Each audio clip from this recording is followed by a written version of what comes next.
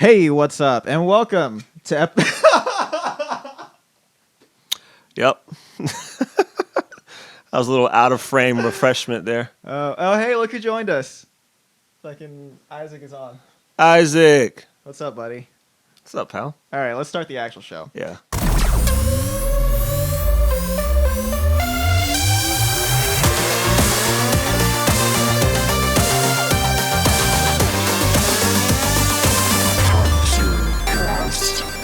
Hey, what's up? Welcome to episode 3 of the Katsu Cast. This is a music podcast where we break out of our little microcosm, our little corner of the world here, and we give back to the music community at large. We talk about interesting experiences we've had in music production, and we also showcase other artists. So, yeah, welcome. Today's episode, we're going to be talking about sampling. But, yeah, my name is Ken, also known as Katsu Style. With me, as always, is my co-host, Furamoda, a.k.a. Will. Yeah, that is me. How you doing, buddy? I'm doing great, man. It only took us an hour to get started. I wanted to start it like you had just walked in the door. Yeah. Into my luxurious studio. Yeah. And the mics were already set up, and we just started firing away. But that's not the truth at all. I was going to make sure that didn't happen. Anderson Cooper is on my monitor. I can't see my news. All right. Let's get the show on the road. It's been 1 week since you looked at me. It's been a couple weeks. Yeah. Since we last got together. Yep. A lot of crazy shit's been happening since then. And this has nothing to do with anything that we've got lined up on the agenda, but I sort of wanted to talk about what's been going on in my life in regards to music and everything. Yeah, let's hear it. It's been crazy. So when we started recording the podcast, episode 1 and episode 2 were done before I launched all my socials and before I launched Katsu Style. It wasn't a thing yet. I've been planning it, but it wasn't launched yet. Right. So now it's officially launched as of like 2 weeks ago, I think, 3 weeks ago. And so this is the first episode that we're doing after we've launched all of our platforms.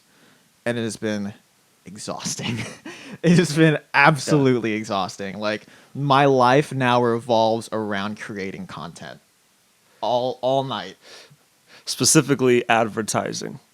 Because the content is what we're creating right now. Not strictly advertising, but it's like tertiary content around the things that we're doing like this. Yeah. So it's like making little social media videos to go along with the podcast and, little clips that we can put out to, sort of help people get an idea of what we're doing. But it's just like all night. That's what I'm doing. Yeah, I do want to actually take the time to give a shout out to Katsu Style. Credit where credit's due. He's been making all these clips and these social adverts and things like that. And they're really cool. I like them. They're pretty sweet. And he's been exclusively doing that because I don't know how to do shit like that. I offered to help, but I did tell him that I don't really know how to do any of that. So he's been handling it exclusively. So, yeah, credit where credit's due, man. It's good stuff you've been doing. Good stuff. I appreciate that. Yeah, literally, I'll work all day and I'll come home and that's all I'm doing is I'm editing videos and I'm cutting down stuff that we can put out on social media. I'm working in After Effects. I'm working in Premiere, and I'm trying to work on music on the side. It's been exhausting. Like I'm so tired. But yeah, I mean, I think I want to do this right. I want to stay as organized as possible. I want to put out as much content as I can, and use that to help bolster the music that I'm putting out into the world. So it's just it's been crazy. So for anybody else going through that experience, try and stay organized. I've got several Excel spreadsheets or several Google Sheets spreadsheets that I'm using to stay organized with my social media content and what kind of content I'm going to be making and when it's going out and what songs are coming out when. I'm just trying to stay as organized as possible. So that's what I say. It's like have an idea of what you want to create, have a really solid idea behind what you want your brand to look like. Stay organized with the content you want to put out and be really intentional about it. I think is a good way to try and tackle it. That's what I'm trying to do.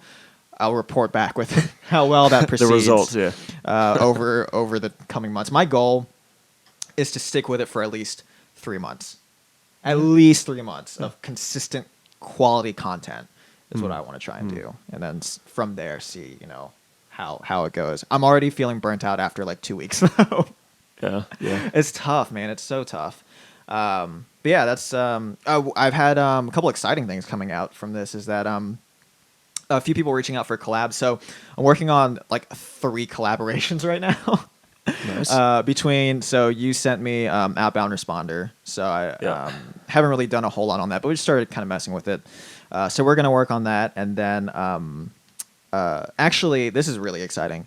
An acquaintance of mine who I went to college with, she's a local musician, Melody Duncan. I'm going to give you a shout out right now. She reached out to me. She's a really, really talented musician. She's a singer. She plays guitar. She plays violin. Nice. Super, super cool. But she heard Uptown Tokyo Katsu Fantasy, and she was like, "Hey, let's work on something together." So that's what we've been that's what I've been sort of trying to get my head around in terms of like what I'm writing right now is stuff to sort of facilitate that. That's awesome. So I'm really, really excited about that one. Another guy, acquaintance of mine, Fireboy, he reached out to me. He wants to do a collab. So yeah, it's a lot. And then, trying to do those collabs on top of, The existing workload. managing my own content and then managing the podcast content is just, I'm very tired. So, but yeah, it's been a wild ride. Thanks for joining us. Yeah, that was the recap. Have you been working on anything? Had anything exciting happening? A lot. I have been working on a lot of music. I'm working on pretty much my first standalone project, EP, if you will. Yeah. That's in the works. It has been in the works now for probably 3 months, but at this point I have pretty much the entire track list worked out. Not all the songs are completed yet, but I have a lot of work done on that. I'm going to be releasing that. I don't know exactly when, but it'll definitely be before the end of the year. It'll be this year. Remind me of the name of that project, 'cause I was trying to remember it the other day. Intrepidity is what I'm calling it. That's it. Yeah, that's going to be the name of it. I'm looking at something between like 4 and 7 or 8 tracks, something like that.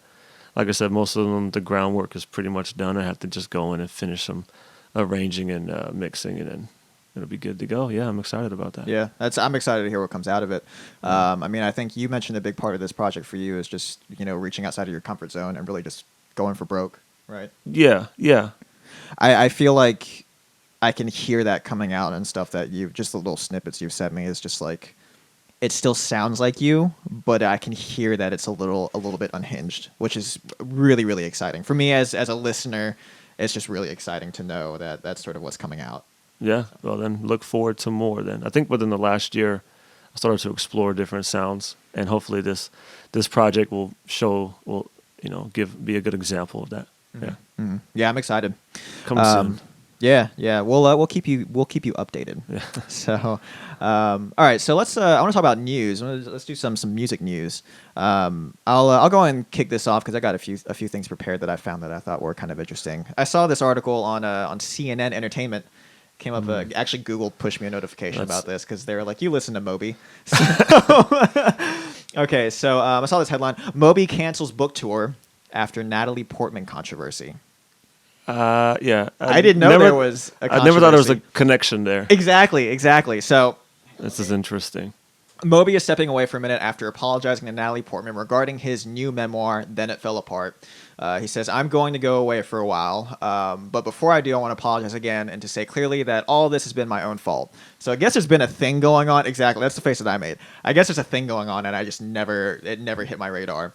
But apparently, the musician was slammed for the remarks he made about Portman in his book. Yeah, so in it, apparently, Moby claimed that Portman had flirted with him in his dressing room when he was 33 and she was 20. And then he also said that he tried to date the actress in the early 2000s. Portman came out and said that's not true, and that she had just turned 18 when the two of them met. She was just out of high school. And she said that I was surprised to hear that he characterized the very short time that I knew him as dating because my recollection is a much older man being creepy with me when I just graduated high school. Oh, no. And Moby had initially said, he wasn't lying and that he had evidence to back up his story, but he eventually backtracked and said, hey, sorry, I'm just going to stop doing things for a while. Wow. Yeah, right. That's crazy. Right? I mean, Moby's cool. Yeah, and it's crazy because that goes way back. Yeah. Wow. Yeah, I just thought that was. I had the same response you did. I would never have drawn a connection between those two, but I guess this has been a bit of a thing since he put out his book. Did you even know he put out a book? See, I didn't know he had a book. So all of this information is new to me. Oh, okay. Wow. Yeah, I just thought that was kind of wild. So It is, yeah. it was a little interesting tidbit. So I don't know if you had anything prepared for. I do have something. Yeah, let's hear it. But side note, we have another viewer. Oh, hey, we do. Who's Yo joining soy us? Jenny. Hello. Hello, Yo Soy Jenny. Welcome to the stream. I hope you can hear me okay. If you can't, let us know. Oh, somebody else just joined. Hey, it's my dear friend Emily. Thank you for joining, all the way from Canada, no less. Nice. Yeah, Hello. we have a Canadian viewer. So yeah, so you've got for those of you joining, we're going through some news right now. Also, I should probably mention for the actual podcast recording, we're doing a new thing where we're live streaming our recording session. So if you want to stay in the loop on that, I don't usually do this not ironically, but if you want to stay in the loop, make sure you follow myself or Will. Will is at Furamoda. I'm at Katsu Style Music, and we post all of our updates there. And then that way you can join in on the stream, actually talk to us during the show, and we can get a little engagement going. So, but yeah, let's move on. What you've got something you want to talk about? Yeah, this recently came up in my news feed. A recent electronic music equipment expo. I'm not sure which one. Probably the big one, whatever that is. There's a new piece of equipment, a new synthesizer. Oh boy. Yeah, that came out. My wallet can't take it already. Exactly. That's exactly what I thought. It's by Game Changer Audio. I don't know that one. It's called Motor Synth. Okay. I'm immediately intimidated. Tell me more. Yeah. So here's the headline from their website: the world's first electromechanical desktop synthesizer. What the fuck? Yeah. So is it like steam powered? Almost. It's electric, but it uses spinning discs, 8 of them to be exact. There's a picture. You see the 8 discs right there. What the fuck? I don't know if you can really see this. That's insane. They're not gonna be able to see that. Oh, they can see it. It's gonna blow out. They can see that. Oh yeah. Look at that. You see the Little- 8 discs at the top? Little discs. Yeah. So this thing is crazy. It produces sound by accelerating and decelerating 8 electromotors to precise RPMs that correspond with specific musical notes. That sounds like a lot of shit that can break. Yeah, but it's like these discs are super high density, and they're like, I don't know. It's incredible. They have magnetic pickups, reflective optical discs that reflect lasers to make sure the RPMs are exactly what you want it to be. Each motor can have two voices, so 2 voices per motor. 16. It's a polyphonic synthesizer. You can tune each motor to specific frequency that you want. I've heard a music demo. I'm not really gonna play it here. I don't think it'll sound good coming through the phone. Yes, describe to me what is that? I can't even conceptualize. The closest thing that I can compare it to would be like a tone wheel organ. Because the tone wheel organ kind of uses something similar. Okay. A mechanical mechanism, but it's not like this. This is like a tone wheel organ times 1,000. But it sounds incredible. You really just have to hear it. I can't really do it justice by explaining it. But it sounded amazing. I heard the demo of it, and it sounded crazy. And I'm not even a hardware kind of guy, really. I don't have any hardware as of yet. But when I saw this, I was like, that has to be. Yeah. Either that or some other modular like that. That would be nice. That sounds insane. It is insane. Can it play Blu-rays? Not yet. Not yet. That's coming out in a firmware. It only update. streams for now. Yeah, but it's pretty awesome. When I saw that, it was pretty. That sounds bananas. Yeah. It's crazy. Wow. Cool. Cool. Yeah, I'm gonna check that out. I'll send you the link. Let's get into some juicy content. Let's talk about our actual topic for the day, which is sampling. Yep. So the reason I want to talk about sampling is because I came across something that was really super interesting to me. So DJ Gammer is like my favorite. All right. Mm-hmm. He's amazing. He's my favorite producer. He's a huge inspiration to me. And he has a song called Out with the Old, In with the New. It's like this really like crazy, just sort of like, I don't know what to call it. It's kind of hardcore. It's kind of rave. It's kind of dub. Like it's just wild, fun bass music. Not really in your genre. And so I wasn't even going to mention this to you until he did a breakdown of this song, Out with the Old, In with the New. He did a breakdown of it where he talked about the lead sound. Mm-hmm. And when he broke it down, I was like, oh my God, I have to show this to Will. So for the listeners, Will has a background more in like hip hop and sampling. Yeah. And you incorporate that now into your own music, right? So you do a lot of sampling. I sample my Like of your now. own, of your own sounds. I do a lot of sample manipulation. Yeah. So like you'll write something and then resample it and then fuck it all with up. it. Yeah. Yeah. So I was curious with your background, knowing that, I was curious to hear what your take would be on this. So All right. I'm gonna play you a snippet. I have to pull it up first. I'm gonna play you a snippet of the song. Mm-hmm. And the sound, the lead in question, and then we'll look at his clip that he did where he talked about how he did it. I guess the main thing we should start with is this whiny lead sound right here. Now, I love to talk about this because you would think it's from a synth or something, right? When I was on tour with Gesture, he showed me how he does his weird little vocal things, right? And I'm gonna turn all these plugins off so you can hear what it actually is.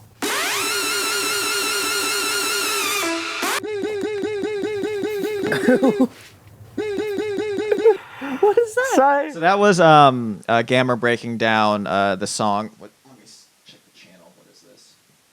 This is from Point Blank Music School. So he talks about how basically he makes how he made that sound. And then from there, he talks about basically what he does is he adds a lot of saturation. He adds an OTT, and then he adds a vocoder with like some weird pitch manipulation setting. Yeah, because that baseline sample was pretty low, and that lead was very high. Yeah. Yeah.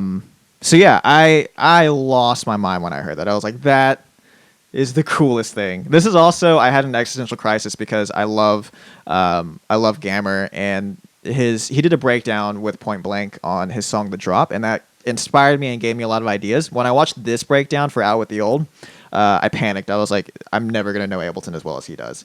I can't. I'm not gonna make anything that even measures up. No way, man. I mean, this all comes down to layers, man. But Yeah. I mean, very creative use of that, obviously, to get a sound so far different than the original. Yeah. But that was awesome. Isn't that wild? Yeah. So what's sort of your take on this kind of sampling? Because you hearing that, you would have thought like, oh, that's a VST, right? That's a synth. Or did you hear it right off the bat and go like, oh, I hear something weird in that. That's probably a sample. So, two things. Number one, Yeah. I mean, you told me he was doing something with sampling before, so I was trying to listen. Yeah. So I gave more you the intently context. Yeah. than I would have normally, maybe. But when it did kick in, I did hear something in the lower register that I was like, I don't think that's coming from a VST. I thought it was something similar to like kind of what Skrillex does with his vocal samples and chops them up and pitch bends them and stuff. Yeah. So maybe to like an intent listener, you could say, oh, that's not a synth. That's something else. But if I was just listening to this without knowing that, I might not have known. Yeah. I just But thought that was wild. I thought it was wicked, yeah, because Yeah. it really sounds like. I mean, I guess the vocoders what allows him to play the note. Because I was gonna say, how did he manage to get that pitch by just fucking with the sample? I think he actually pitch bent the sample itself. Okay. He does a lot of that. Like, he does a lot of really weird, more obvious like vocal pitch bending and stuff Yeah. like that. And I think that's what he did. Because that would have been very hard to do without doing any of that. But that vocoder and the pitch bends probably allowed him to tune it right. Mm-hmm. Yeah, I think that was awesome. Yeah, and then he's got obviously another like a really saturated screaming lead over it. But Layers, man, layers. Yeah, yeah, I just thought that was just fucking wild. I like that. Yeah. I'm excited that you enjoyed that because like I said, I heard that and I was like, my first thought was like, I need to show this to. Yeah, I'm always excited to see new sounds being created out of things that you wouldn't normally think it would be from. That's why, again, Amonto Ben has been such an inspiration for me. The way he manipulates samples and sounds, it's just mind blowing. Man. Yeah. So what's sort of take me through your approach to sampling? I don't do a lot of sampling. I do. So Your only song out right now is sampling. The fuck are you talking about? Okay, context. Yeah, I have yeah, about yeah. a year's worth of music. It's like 14 or 16 tracks that you all haven't heard yet. Yeah, so yeah. you've heard some of them, Yeah. but the world hasn't. But yes, you are correct. Published right now, the only song I have is literally 90% of sampling. Yeah. Which was new to me. It was totally new to me. Yeah. So my general workflow though is I'll incorporate samples in terms of like loops. So I'll use like percussion loops or drum sample loops. I'll take full like synth leads like in a loop and I'll chop little bits out of that and like make all these weird like crazy glitchy fills and stuff like that. That's my use of sampling. And I only just started doing that like really recently, like maybe in the last 6 months or so. Actually, because of Gammer, because when he talked about his song "The Drop," he used a cymatics lead, and I was like, I've got that exact not a lead, sorry, a sample. And I was like, I have that exact fucking sample in my library. So I don't know. To me, it made me feel like, okay, it's okay to use these samples in this context. So, but yeah, so that's my extent of what I'm doing with sampling. But you do a lot more of it than I do. So sort of take me through your workflow and sort of, how can other people apply that to what they're doing if they're in my position, they haven't done a whole lot of it before.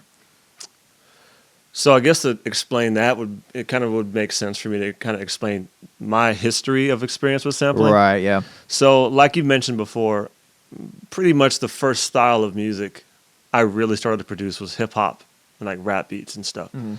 So, that involved a lot of sampling from records, getting some cool funky soul records and chopping it up, getting some cool bass lines and drums and stuff like that, and just mixing it together and layering more drums and maybe some bass and occasionally some leads on top of that.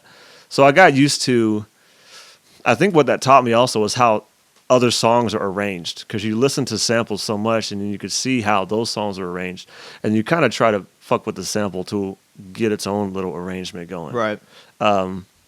But I kind of stopped doing that when I got into composing more. I wanted to make my own stuff from scratch. So then I started doing more of that. And then that eventually turned into going back to sampling, but this time sampling my own work. So I would like create something on piano and then load it into a sampler and then just chop it up or then add different effects to it and things like that. And I still use that technique to this day. I don't use it all the time on every track, but I do use it quite a bit. So my workflow basically is, if I want something that just sounds unique or weird or just distinguishable from anything else you can get from like a patch on a synthesizer or something, I'll play something and then load it into Edison or SliceXx, which I know you're probably unfamiliar with both of those things. But SliceXx is a chopping and sampling tool in FL. Edison is just a simple audio recorder that we've actually used for our podcast before. You've seen that interface.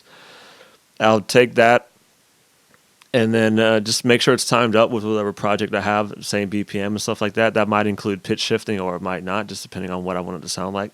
But a big thing I like to use is the claw machine, which the claw machine is a tool in FL used to take bits of a sample out of a sample at specific periods and then stretch everything else to fill the gap.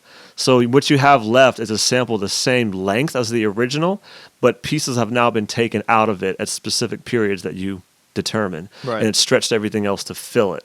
It's kind of hard to explain, but if you hear it, you can tell something's been altered there. Yeah, I remember you had explained this to me, and even now hearing it, even after I've heard what it can do, like with you explaining it, it's still just like I'm mystified by the entire thing. But I've heard it, and it sounds just really just crazy. Weird. Like it's sounds interesting. Weird. Yeah. Here's an example. Like if you had a two bar, let's just say you had a 1 bar loop, made up of however many beats. I don't know. Let's say 16 beats. I don't even know if that's right. Depends on what time signature you're in, I guess. I think that's 16 though. Well, if we're doing 4/4, 1 bar, 16 beats. What? Isn't that correct? Yeah. I really hope I'm not wrong about that. No, you're right. I'm sorry. You're right. 16 beats, right? So the claw machine, you can say, okay, every beat, take out a third of a beat. So claw machine will scan that entire sample, and every beat, it'll take out a third. It'll do that for the whole sample, and then those gaps that it took out, it'll stretch everything else to fill it in. And you could select those periods on claw machine. You could do every beat, every quarter of a beat, every bar, every 2 bars, take out every half a beat, half a step even. You can get very narrow or very wide with it. So what do you usually use this on? What do you use this for? Like what sounds do you use it on? Like Everything. I know what you use it for. Everything. Because I think you showed it to me on a drum track. Yeah. I had some drums that I used it on. I remember that. I love percussion with the claw machine. That's where my brain immediately went. Yeah. Even the first time you described it to me, I was like, that would be really interesting on drums. But my upcoming project, I use it on leads. That's interesting. It is, because then it kind of rearranges your existing composition in new ways, and then you have that stretching effect. So it makes it sound stretched, even though it's the same It could be Right. the same pitch, it's the same length, but pieces are taken out, so it has to, compensate for that. So you get these weird little artifacts, and it kind of gives it a lo-fi feel. It just gives it a new timbre that wasn't in the original. So Claw Machine is one I use. Secondly, that I've been using a lot is Granulizer. Yeah, I remember you talking about this. Granulizer, I love it to make. I mean, you could make all kind of sounds. You could load anything into a granulizer. Any sample you could load into it and then fool around with the granules. I've found a lot of good sounds when I drop in some percussion, specifically hi-hats. Like I have one song where I just tweaked the fuck out of some hi-hats from the granulizer. Like as the song went on, I automated it. Yeah. And it just sounds wicked, man. It's wicked. Granulizer. So for those who are unfamiliar with the granulizer, I'm not even sure how familiar you are with the granulizer. Not very. So a granulizer takes a sample you feed into it. And then kind of what the claw machine does, except it doesn't take things out. But it does take whatever sample you feed into it and basically divide it into grains is what it's called. Now, when you just load it into a granulizer and then play the sample without manipulating the grains, the sample is going to play as it originally was recorded. But when you start messing with the grains, that's where you get the cool sounds. You can change the width of each grain. So whatever division you have, and you can change the division as well, it'll start messing with those individual pieces. So unlike a claw machine, which takes things out, the granulizer adds things in. So they're kind of like polar opposites of what they do. And you can actually change the wave speed in the granulizer. I'm specifically referring to FL granulizer, by the way. That was my next question. So these tools are built into, they're native to FL. FL granulizer is native to FL. Now, there are plenty of granulizer plugins on the market, though. Right. I'm sure I don't actually know if there's any claw machines on the market. I'm sure there is, but I haven't really heard of any. But granulizers, you can find them a dime a dozen on any site you can get plugins from. But yeah, it actually adds just different effects into it. You can draw the wave out so it's super stretched out, but yet each grain is still the same pitch. So you just get a weird stuttering effect that plays the sample, but it's playing each wave or each grain maybe like very spaced out. So it's the same pitch, but it just sounds very stuttery. You get nice stutter effects. Or you can make the hold time or the grain spacing very close together, and then you just get weird like kind of like comb filter flanging effects. Yeah. So any extreme, you get crazy stuff. It's really like tweaking it, kind of like in the sweet spot in the middle. You just get cool. You get cool sounds. I can sit there and mess with a granulizer for hours. Yeah. And not really make anything, just kind of like, wow, that's cool. Yeah. I wonder if I do this. Oh shit, that's cool too. What if I do this? Oh fuck, I don't like that. Go back. Yeah, because you can quickly make noise with it. Yeah. If you don't know what you're doing. Claw machine is hard to make something sound awful. Granulizer, it's very easy. Very easy to make trash come out of a granulizer. Yeah, I would get frustrated with that immediately. You just gotta play with it, man. So when you first transitioned from sampling and doing like hip hop stuff, and making that sort of thing, and then you went into FL, or did you start with FL? Or did you start with Contact? Well, FL. Or Machine. It's been sorry. FL. It's been FL. Okay. Yeah. So when you transition from like sampling and doing like beats and stuff like that, and then you go into FL, did you go into that with the mindset of, I sample a lot of these other tracks, I'm going to go into FL, I'm going to make something, I'm going to resample that, cut it up and mess with it, see how it sounds? Or did you go into FL thinking like, hey, I know about music, I want to try and make some music myself, I want to write my own compositions? And then after that, were you like, oh, hey, what if I resample this and go back to my roots? How did you get into that? You're talking about the transition from using like record samples to my own samples? Exactly, yeah. Yeah, that came gradually as I started to learn more about music theory. I started to want to rely less on a sample because I wanted the music to be more of something that I made, 100%. I still find a lot of pride in that. Right. So that was just a gradual thing for me. You know, because in the beginning with sampling, I would add things on top of it already. But I think hearing those samples kind of, while those samples were playing, it kind of instilled like harmonies and chords in my mind, even though I wasn't really thinking about it that way. I think it did. It helped. So then when I started composing on my own, I kind of just already had an ear for it. Even before I started like learning music theory, I kind of had an ear for it. Music theory just helped solidify it. Right. But yeah, it was gradual. It was like, you know, I have a sample, let me put a lead over it. And the next song, hey, I'm going to add a bass now. And then maybe the next song, like, well, I don't even need a sample now. I could write my own chords or whatever. And So did you have like the spectrum where like you started on one end where you're sampling all these other records, then you move into writing your own stuff, and then you move in from that into writing your own stuff and then sampling the stuff that you made? Yeah, it's a gradient. It pretty much worked that way. Yeah, Yeah. I mean, in the very beginning, like if we went way back, like talk about Music Generator, Yeah. like we did on the first episode, that was 100% original work. No Yeah. sampling there. I only started sampling when I moved into FL, which I was only on Music Generator for maybe a year or two. Right. So most of my work has been on FL. But yeah, it was a gradual change. You know, I had tracks. It wasn't exclusive either way. Like while I was sampling, I still had tracks that were 100% composed by me, but the vast majority of it was sampled. Mhm. And then I just started to feel like I didn't have enough ownership of those songs because I sampled so Right. much.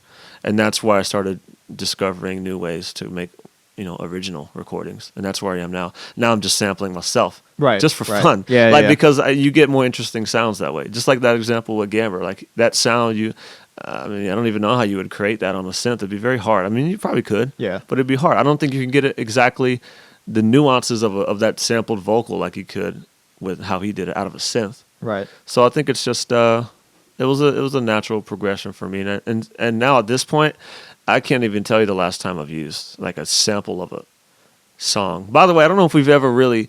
I don't think we clarified this, but I'm talking about sampling songs, like pieces of songs. Yeah. Not really like one-shot drum samples. Yeah. 'Cause I still use those to this day. I think like everyone does that. I think in the context of being a hip hop artist, that I would assume that you'd be talking about sampling other songs. But yeah, Yeah, I guess yeah. for listeners, just to clarify, we are talking about in your background, you sampled other songs. Yeah, Not pieces like of other songs, one and- shots and shit Yeah, yeah, like yeah.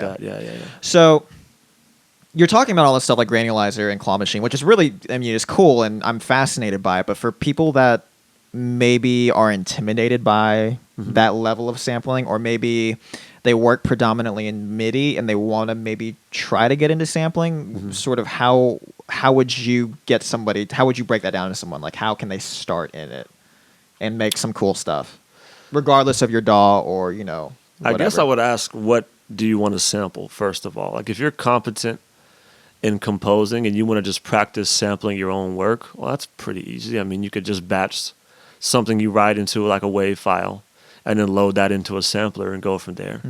But if you want to start sampling other songs, like if you want to do like maybe some hip hop stuff, find a good source for the sample first of all. Try not to like rip from YouTube, which is already going to be compressed and it's just not going to be good quality. Try and get an actual like high quality digital version of it if you can, or go from vinyl that has some cool sound. I like the vinyl sound, the crackle and all that. Yeah. Find a good way, like a good interface to be able to hook that up and record that. And then it's really about timing when you're working with other songs. You want to make sure that you get your project file and the sample either at the same tempo to begin with. I mean, you could, pitch and shift it later if you need it to match. Actually, I made a different video BPM. about that. Did you? Yeah, so you can, if you go to my, I made a video about how I went through the process of making Uptown Tokyo Katsu Fantasy. So you And probably went through the same thing. one of the things I talked about was transposing. So Yeah. So That's important to do because you can get lost in that very quickly. But Yeah. I recommend for doing that, use that tap button on your tempo. Most DAWs have it where you can like go to the tempo and just tap it. Tap along with the sample you're working with. That'll give you a good bass line, and then you could throw that into a loop. If it's not quite perfect, just tweak the BPM from there. But once you have it in a like a workable loop in your DAW, and then you can start adding drums, I think the rest will just come. yeah. Like layering, that just kind of comes Yeah. naturally after that. But as far as like granulizer and claw machine, Yeah, if you're like making your own stuff creatively, just purely, getting into sampling in that regard, you kind of Sort just of. got to dive in, man. just start messing. I mean, that's what I did.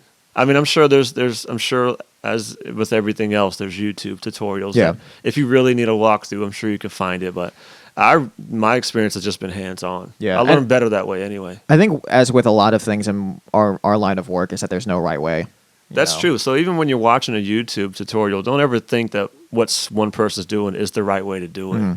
It might be a good way, yeah. It might be Yeah. a bad way, who knows? But it's not like right or wrong.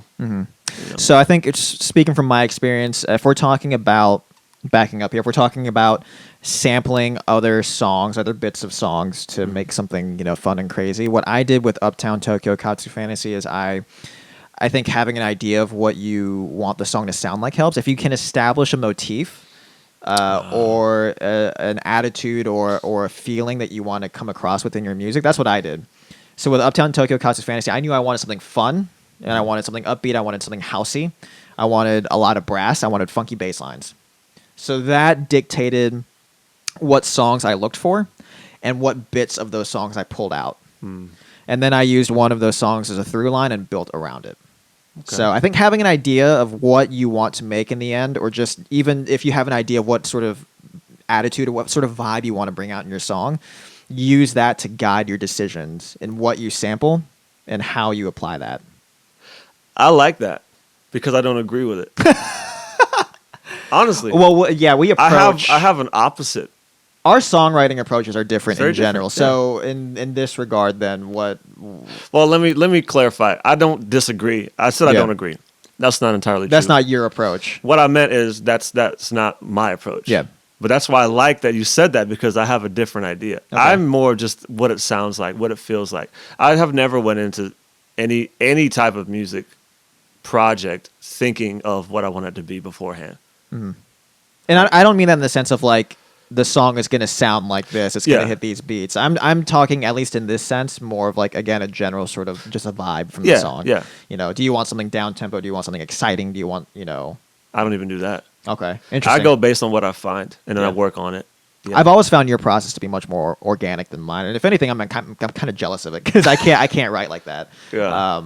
I always have to have some sort of a motif going in. Okay, that's you have a much more structured approach. I have a much more just non-structured approach. My approach has become less structured in some sense. It's become less structured over the years. I don't know if it's a good or bad thing because I never have had really any other. I take that back. I have 2 pieces on my SoundCloud right now, piano pieces. Now, I did go into those projects knowing I'm going to make a solo piano piece. And I also went in there knowing exactly what scale and what mode I was going to write it in. Right. That's the most specific I've ever been in my entire music career. Were those 2 songs. That's an exact scale exact mode, exact instrument. I went in knowing that's what I wanted to make. Yeah, between the two of us, you're more of a proper musician than I am. I don't know. I mean, I don't know what you mean by that, but yeah, I don't know. Just, in terms of like music theory and writing organically and stuff like that. Well, that's because at the time, that's kind of when I dived into theory. And I was like, I want to do this right. There was one day where you just came up to me. This is a couple years ago. You just came up to me, I already know and you quizzed me about the different modes. Yeah. I was like, hey, quick, what's a 5 chord in the C major scale? And you're like, oh, fuck, this again. I did it for like a week. You were on it for like a week. Well, that's pretty much like the week I started doing it too. Yeah. Yeah. Yeah, so I think in terms of, so that's interesting, like, you know, find what works for you is really, I think, the message here is find what works for you. But no, your advice was solid. Try that. I mean, some people actually, I've met a couple people who are kind of scared of, like, I guess, what you would say my style, or going into it without knowing ahead of time. Some people are very like, that throws them off because then they think they have too many choices to make. There's too much. They can't narrow it down, where I kind of thrive on that because then I could do whatever I want. But some people do prefer structure. Yeah. And so either one of our ways is valid as the other. So I think let's talk about my approach or my advice to approaching, like, if you're just writing something creatively, you're doing your own thing, and, you know, we're talking about making your own original work and you want to try some sampling in there. What I've started doing is we both love textures in our sound, so we like a lot of, you know, sonic textures. What I've started doing is with drums. Drums are really, really fun to play with because you don't have to worry. You don't have those resonant frequencies to worry about if, you know, things are in the right key or if things are clashing. It doesn't work the same way that if you were working with something purely melodic. Right. So I think drums is a really, really easy place to start. So what I did was I went to Cymatics. It's a bunch of free samples. People in the production community gawk at them, but it's just, you know, like, I was going to bring this up earlier, but now that you mention it, I don't know what that is. Can you enlighten me? What is that? Cymatics is it's a website. Okay. They've got a bunch of different stuff. So it's a website. They've got a blog. They've got a YouTube channel. But they're most well known for putting out sample packs and presets and like VST presets. Yeah, gotcha. But the thing that's particular about them is that they're infamous for their marketing. So it's always like, hey, we've got this like this Steven Cymatics is the guy, one of the guys that runs it. So I was like, yo, it's Steven from Cymatics, dog. Like come check out. We've got this sample pack. It's usually $100, but today you're gonna get it for fucking $10 or whatever. It's a lot of that stuff. Which I'm not knocking it. It's kind of funny, but like. Actually, I'll tell you a true story, and hopefully this person isn't watching on our stream right now. True fucking story. Right. I asked a girl out over DM the other day on Instagram. I saw you post about that. Yeah, that's funny. I asked this girl. She agreed. I didn't really go past that, but so let me back. So I asked this girl out over DM, right? I asked this girl out over DM, and then oh my god, if she's watching, I'm gonna shit my pants. So I asked this girl over DM. Oh, she is. And then I put my phone down, and then I was waiting for a response. Of course. Like 2 minutes of waiting, my phone buzzes, and I look at it. It's Steven from Cymatics. It was on my Facebook Messenger. It was an automated message. Hey, come check out our new sample pack Facebook or whatever. Messenger. Yeah, I opted in. Oh, okay. Disclaimer: okay. I opted into a thing where they were beta testing something where they push out notifications to you for new products. Gotcha. And it came in at a really unfortunate time. That's hilarious. Man. Hey, you want to go get a drink or whatever it was I asked? Pause. Damn. Pause. Yo, Steven from Cymatics. Check out a new product. Oh, so mad. So that's Cymatics. That's so funny, man. Cymatics is an easy place to get samples. They have really good samples. I use their samples all the time. So go there, download their free samples. They got a lot of drum samples. Pull in some of their percussion samples or some of their drum samples. Grab a loop, like an 8-bar or 16-bar loop. This is going to apply to Ableton specifically, but you can do this in any DAW. In Ableton, you can change the warp mode. So how Ableton is going to interpret a sample and how it's going to match it to the beat grid you have pulled up. You can do this. FL has their own version of it. You can do this in any DAW. You can change how a DAW is going to interpret a sample. In Ableton, change it to like resample or repitch or whatever it's called. There are different warp modes. Go through the different warp modes. Don't worry about like beat matching it and getting a really pure sound. If you have a 100 BPM project, take a 180 BPM loop, drop it in and stretch it the fuck out and see what comes out. And then do some of those different warp modes. Do like repitch or resample or, I think there's one, the beats is the default one. Mess with those different warp presets and see what comes out of it. Especially with the repitching ones, it'll do some really, really wacky shit. And that's really all you have to do. Like that's it. That's the base level. That's the easiest thing to do. That's pretty much Pull in a sample that doesn't match your BPM. Let your DAW, do its automatic beat interpretation thing, and see what comes out of it. Breaking it down further, so that's going to give you really cool textures, and it's going to make it sound just really weird. And I'll even do things where I'll just stretch it out on a factor of 2 or 3 or 4 just to really, really mess with it. Once you do that, go in and pick out little parts. So maybe every 4th beat or every, at the end of every 8-bar phrase, go in and take little parts of that and then flip them, reverse them. Oh, yeah. Rearrange them, repeat parts. Do stuff like that, and then I can guarantee you're going to come out some really, really weird shit. I like to do that with mine. That's what I've done to get some really cool textures.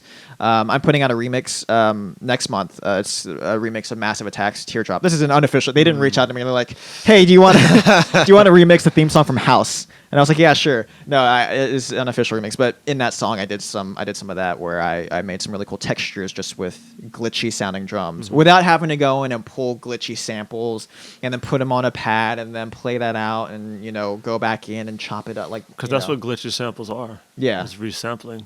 So yeah, that took me a while to figure out. I'm gonna be honest. I tried to make my own glitchy stuff just from scratch, and it did not work. That's pretty much the granulizer's home. Exactly. Yeah. So this I think is like a manual version. It sounded like you were manually making like a claw machine. Exactly. Or a granulizer. Yeah. But start with drums.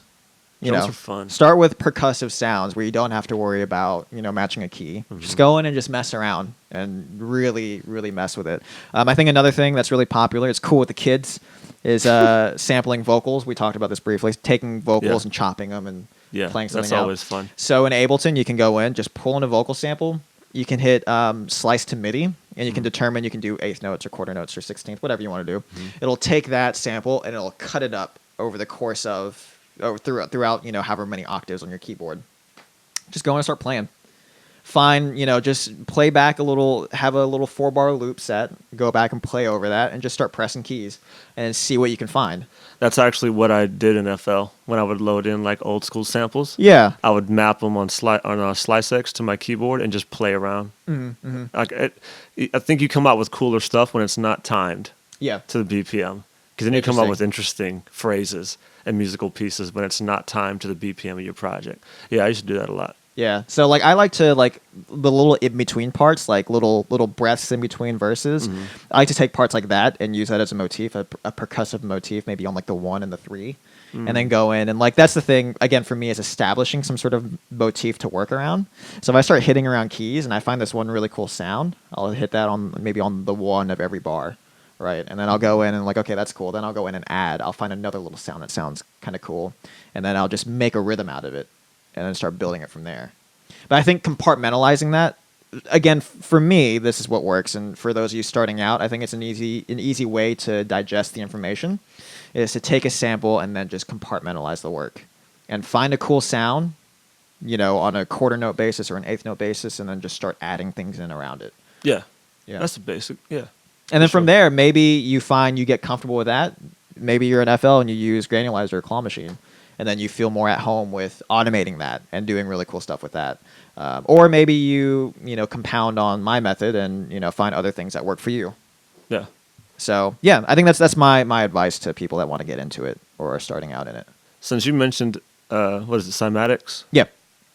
I would just want to mention what I would use is sounds.com. Yeah. That's a good one. I want to recommend that because I've used it before. I like it. It's run by Native Instruments, I believe, unless they just have a really close partnership. I'm not sure. What if you just ousted them? No, they're definitely affiliated with Sounds. Like they're no doubt affiliated with them. It's a subscription service. You pay per month. There's different tiers available, but it basically gives you an amount of like units or tokens, whatever you want to call it, and each of those like credits, I think is what they call it. Every month it gives you, like, for instance, maybe it gives you like 150 credits a month or something. So each one of those credits is equal to one sample download of any kind. A snare or a 3-minute guitar solo, that's still 1 credit. So it's really awesome. You go in there every month, and they're always adding new stuff. It sounds like Splice. Splice is a similar pricing model setup. It is similar to Splice, yeah. So I love it because their samples are really good, really high quality stuff. And yeah, it's really fun to mess around with that. I think, okay, so yeah, if you want high quality but free, if you don't want to deal with paying anything for it, cymatics is a good way to go. Or you can even honestly, rip from YouTube. I've done that before. Because depending on what kind of sound, if it's glitchy, I'm not going to worry about 44.8 in a glitchy sample if I'm making weird textures, So yeah, just play around, find things that are cool, and just start fucking with them. Yeah, that's really it. And find that groove and find that little that flow and that motif, and make something cool. Yeah. So I want to move on. Let's talk about let's do now playing. Something about now. You're giving me a blank look. No. We didn't start a timer, but I think we're sort of we've been going for a little while. So yeah, I don't know. When did we start? At like 5, I don't know. No way. This is the 4-hour stream marathon. No, we started at like 8 something. Someone who's watching. Tiny Stallion has joined. Hey. Oh, hey, I don't know who you are. Who is that? It's my close friend. Oh, okay. Yeah. Hey, close friend. Yeah, it's Tiny Stallion, bro. Okay. It says it right there. I can't. I have small eyes. Yeah, you do. I did see Josh Kane, I think, joined earlier. That's a personal friend of mine. We went to college together. Hey, Josh, if you're still here. There's a bunch of other. I can't see who else is in, but do we have like a million people tuning in? Things are happening. I just can't see it. Will, so I'm looking at the stream from over here, but Will's got it on his phone. What do we got going on? Hey, everybody. I don't know if I could view everybody who's watching, but I guess I don't know. It's 2. So to everyone that's in right now, thank you for hanging out with us. For anybody that's joined, and has already tuned out, not a big deal. Thank you so much for hanging out with us. Yeah. We're gonna move on to now playing, where we talk about something that we're listening to now, local artists that we're listening to. I want to pull one up here. Local is hard. Not local. Like Indie. Yeah, indie. Yeah. Okay. So for now playing, I want to talk about an artist called Veillance, who's based in Seattle. He doesn't have a. Oops. He or she, I actually don't know. Doesn't have a whole lot of information as far as like social media pages or anything like that. And I only very briefly talked about this person in the scope of, hey, can I play your song on my dumb show? And they were like, yeah, sure. So, but yeah, I found this. I think I found it on Reddit actually, and some subreddit about feedback, giving feedback on songs or something. But regardless, found this. This is like a lo-fi, really just super chill, driving with the windows down at sunset along like a beach highway sort of thing. I love finding stuff like this because I have some of it in my library, but whenever I come across new, I'm kind of picky about it. So whenever I come across something new that fits that sort of vibe, it's just super laid back and like really, really fun and easy to listen to. And, this is just a really, really cool track that I was just vibing to. It's really cool. He or she only has 2 songs up on the SoundCloud. So Veillance, make more music for me specifically. Just for you. Because I wanna hear more. I'm digging it. It's a really dope stuff. So this is the song from Veillance called Pastel Sky. So I'll play that one and yeah, we'll check it out. Let's hear it.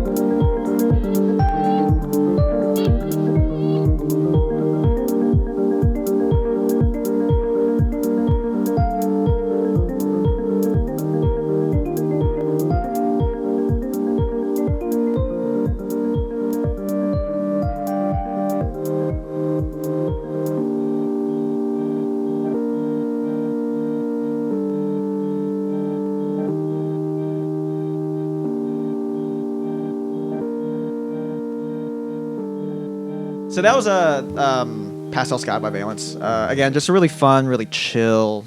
I love the warm sort of tonality of it. I don't know if you have any opinion, because I feel like that's more in line with what you would be down with. I enjoyed it. Yeah, I liked it. Yeah. I would like to hear more music from him as well. Yeah. I mean, I want to check out that other song now. So if you want to check out Veillance, it's you can go check out soundcloud.com/wavechase. So Wave Chase. So yeah, thanks Veillance for letting me play your music on the show. But yeah, let's move on to I think Will is pulling something up. Hey, Isaac joined back in. So we got one's back in. Me and this guy have a cool SoundCloud relationship. So it's I feel cheated on. I'll be honest though, I don't know songs by name. You have to do it by feel. Yeah. See what the mouse wheel feels like when you scroll over it. His stuff. I think Smoke was what I like. Yeah, come I back. didn't ask for explicit permission to play this track. I'm going to do it afterwards, hopefully before we post it, so it's in the clear. But I'm sure it'll be fine. Okay. But this is actually one of the first musicians that I connected with on SoundCloud. That's also, small time like me. And I like his work, and we've kind of like reposted each other's work. Like I said, I didn't do this ahead of time. So I don't actually know which one I'm playing because I haven't remembered all these songs by name. So that's a really shitty introduction. But I haven't heard a song from him that I really didn't like. Okay. So I'm pretty confident that we'll play something and then it'll be cool. This guy's fntm harmonic. I'm not sure if he is supposed to pronounce that a certain way. I've never talked to him personally. So where is he based out of? I believe it's not here. I like his the artwork that's on his page. Yeah, it's cool. Yeah, I'm not sure where he's from. That's not a big deal. I was just curious. From here. I don't know why I thought he wasn't. Yeah, so the track I want to play is Melt by fntm harmonic. I'm very curious. I have no idea what we're about to step into, so let's check it out.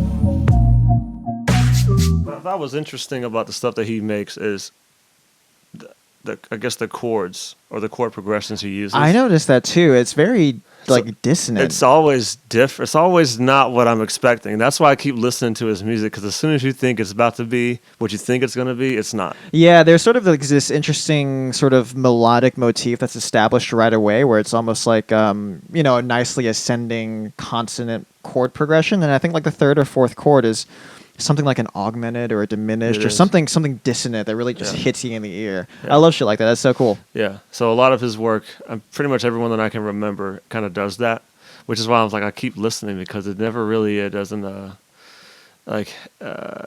come around as like usual, I guess. It's in different, just the chords that he uses are just different. That's why I like it. Yeah. Yeah, I hear that from some of your stuff too, is that you'll throw in like a diminished or an augmented something. I do like dissonance. Yeah. You're braver than I am. I get scared going past like adding a seventh. Well, your music is also much more happy toned than mine. Yeah. My music tends to be on the darker side. If I am using like a major scale, it's probably going to be in a minor mode. Yeah. Or I'm going to have some chromatic medians in there Yeah, to give yeah. it some extra flavor. But I've rarely ever have something that's really happy sounding. Yeah, I've modulated between keys before, where I'll add in some notes from a relative major or a relative minor. But yeah, adding anything past, I love seventh chords. I'll use sixth chords. Sometimes I'll add nine in like a weird inversion, but going past that, I've never been able to make it work. I'm a really big fan of seconds, or just basically what I mean is Like a sus. sustained. Yeah, Oh, I meant suspended. suspended. That's what I meant to. That too.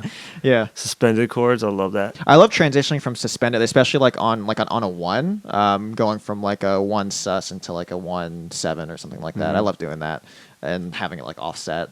Yeah. That's like, if you listen to any of my chord progressions, like 90% of them do that. I usually start and end them that way. So cool. Yeah, I'm digging it. That was really dope.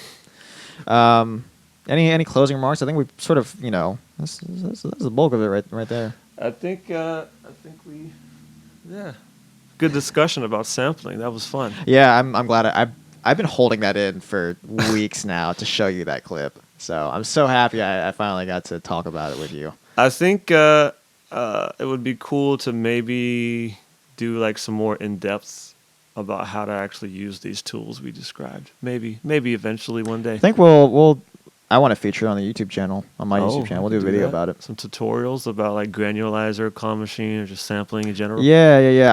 I want to see that. I don't use these tools. I don't have any of those available to me, and I want to see that. So let me know what you guys want to see out there.